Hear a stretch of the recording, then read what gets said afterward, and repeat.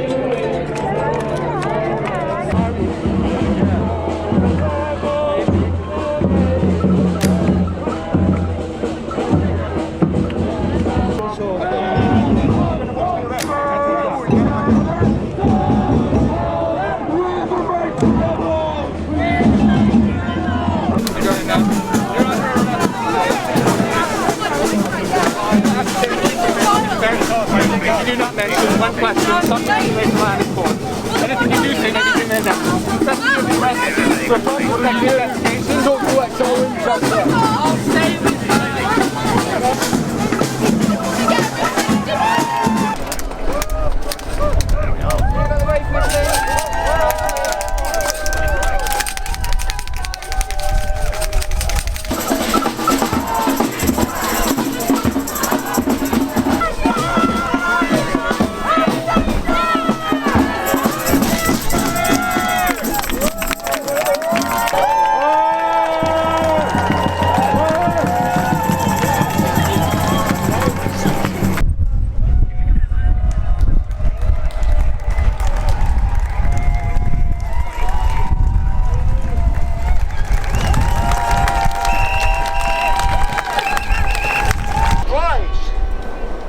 Judgment of God is coming!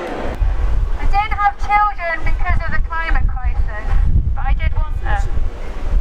I got arrested yesterday for sitting on a pavement peacefully. Being in that cell yesterday for 6 hours, I just felt like, what's the point anymore of anything?